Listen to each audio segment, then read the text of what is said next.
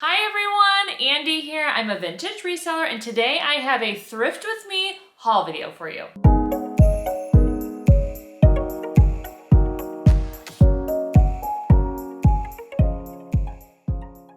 So before we get thrifting and to the haul, I just wanted to say thank you so much to everyone who has subscribed to my channel. I finally hit 1,000 subscribers. I can't believe I hit that milestone. I'm so very grateful for all of you who have watched my videos, especially from the beginning, and commented, and all your continued support and encouragement. It really means the world to me. So now that I've hit 1,000, I need to what's my next goal? 10,000? I mean, that seems pretty crazy. That seems a little wild, but I really hope to continue growing so I can keep bringing these haul videos to you. So I have so many exciting things to show you today. Before we get to the haul, I'm gonna take you thrifting with me, and then we're gonna bring everything home, and I'm gonna let you know what I'm gonna keep and what I'm gonna sell in my Etsy shop. So let's get thrifting. So I'm on the road thrifting today. One of my New Year's resolutions was to hit up thrift stores that I'm not going to that often. So usually I'm going to the same ones all the time because they're the ones that produce like good stuff for affordable prices. But today I decided to go to one new one, and well, actually, I guess not new, like new to me in a long time. I don't think I've been here since the pandemic started. So it's like maybe 2 years. So I used to come here a little bit more often when I first started thrifting for resale, but I haven't been to here in like ages. So can't wait to see what I find.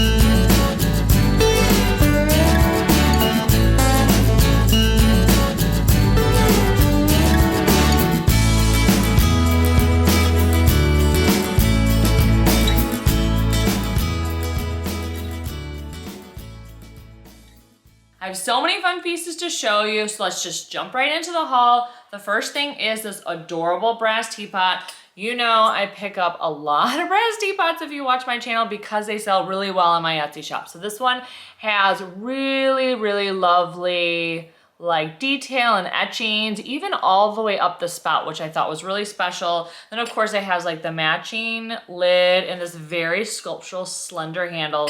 So yeah, it's in really great shape, very interesting and ornate. So yeah, when I saw it, I had to get it because, oh, just so cute. And then the next pieces I'm gonna show you are Navajo Pottery.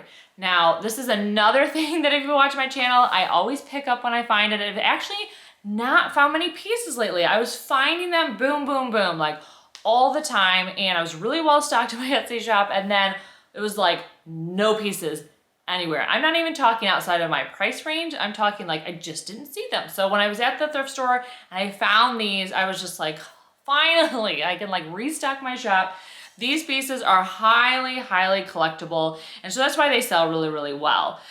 So I always pick them up when I see them in my price range. This piece is my absolute favorite of the two. I have another one to show you because of the colorway. I mean, look at this. I love like this like soft, like pale pink combined with like the terracotta color. And then also this deep, deep, almost like a purpley gray. I thought it was exquisite. I loved all of the etchings. It's artist signed on the bottom and the size is just amazing. So I paid up for the two pieces that you're gonna see. They were, let's see, $27.95. So definitely a little bit more than what I typically pay. I think the most in the past I've paid per piece was like $20. But they're just, like I said, very collectible, highly sought after. So there's definitely margin in these. I'll probably list them closer to like $100 because they're so big and in such great shape. Now the one thing that's a little annoying is that the person that packaged up these vases used colored newspaper, which is like a no-no, which I didn't stop him before he like had already like wrapped them up and I was like distracted. And so it definitely left some of like the discoloration. It's not a huge deal because this piece also has a little bit of like these gray marks here. Usually a magic eraser takes the stuff like right off. So if you ever find a piece like this or a terracotta piece that has some like, you know, I don't know, dirtiness or patina that you want to get off, a magic eraser actually does a really good job without removing some of the finish. Because that was my one concern is like, if I use a magic eraser on this, we all know they can get a little crazy. And you think you're like taking away a mark and then all of a sudden like all the paint on your wall is gone. But this actually, this like color and glaze and stuff like that stays there as long as you're very careful. So it's fairly safe to use. So the next piece of Navajo Pottery is this wedding vase, very iconic shape, very iconic colorway. Again, with these etchings, I mean, just insanity. And then also artist sign at the bottom, it says Navajo, also $27.95. So definitely paid up, but like I said, something like this, because it's so big and in great shape, will definitely sell for closer to $100. So definitely worth picking up even at that price point. So moving on to some woven pieces, because you know me, I'm always picking up like rattan or cane or anything woven that's in my price range. So at that antique mall thrift store that I went to, it was a hot mess. So finding things was very much a challenge because it was like a lot of junk to wade through. But there was one booth that had a very clear and distinct point of view. It was very curated, very like in style. And so I found two pieces in that one, which was amazing. So I love when someone does the work for me and I don't have to do as much hunting and I just have to go into this like beautiful booth and there's just like all the things I want to buy. So the first thing I bought from that booth was this amazing rattan plant holder or plant stand. So it's an awesome, awesome shape, very sturdy and solid, and definitely like no flaws that I can see. You know, with rattan pieces, when they age, it can be tricky when they age because, you know, this stuff like the glues and the weaving starts to deteriorate and then all of a sudden you have like pieces flying off and you have to glue them back down. And this piece was just so structurally sound, which is so rare, I had to pick it up. So I paid up for it. It was $30. So usually I would not pay that much for something like this. But because it's in such great shape and because I think the size is so unique and interesting, you know, as a plant stand, I mean, I guess you could turn it around and it maybe could be a garbage can or like an umbrella stand. I don't know. Who has an umbrella stand? I live in Oregon. I don't even have an umbrella stand. But yeah, I think more so as a surface for a plant. It's really nice if you have a collection of plants because like all of us are collecting plants now. It's very much on trend.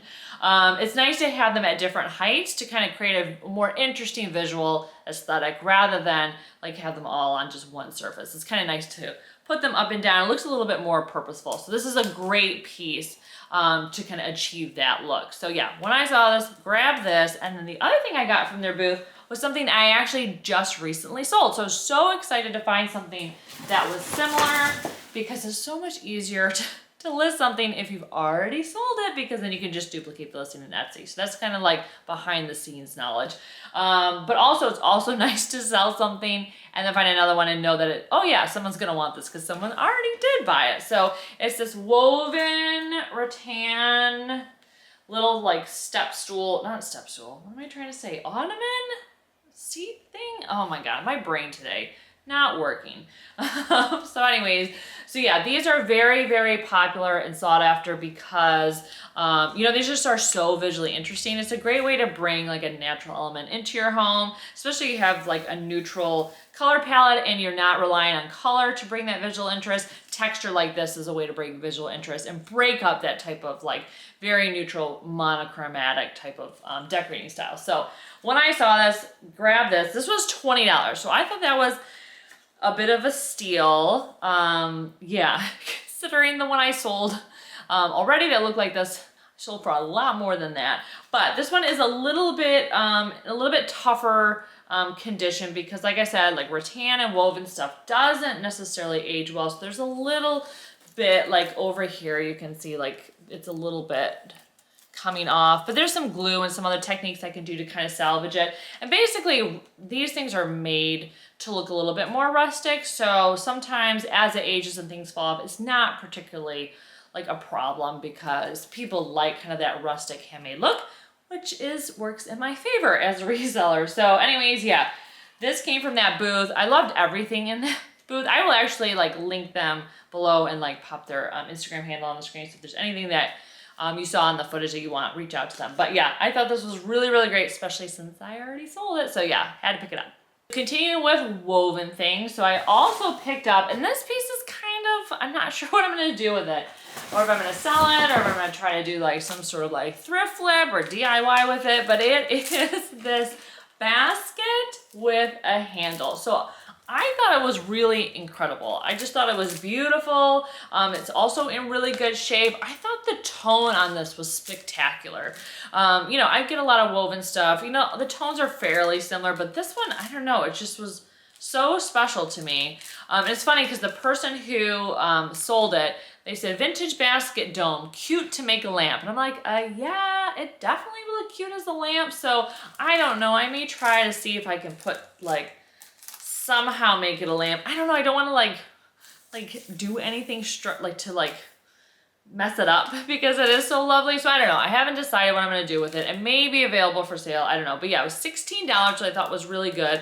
I mean, even if with your like tablescape, if you were having a party and you needed to protect something from, you know, bugs, I think this is like a lot lovelier and more interesting to put on top of the food versus like one of those like white tent things that you can get, you know, that they're like an umbrella. I don't know how to describe them. But anyways, yeah, when I saw this, I wasn't sure what I'm gonna do with it, but I thought for $16, I couldn't really go wrong. The next item I'm gonna show you is this adorable wooden trivet. Now, you know, if you watch me, I pick up these a lot because, well, one, I just think they're so cute because I love all the carved detail and the wood tone, and you can see kind of like the etchings and stuff, all this like very cool visual interest. But this one in particular caught my eye because of the shape. Now, usually they're square or round or maybe even like this like diamond-y shape. They're very rarely with a handle.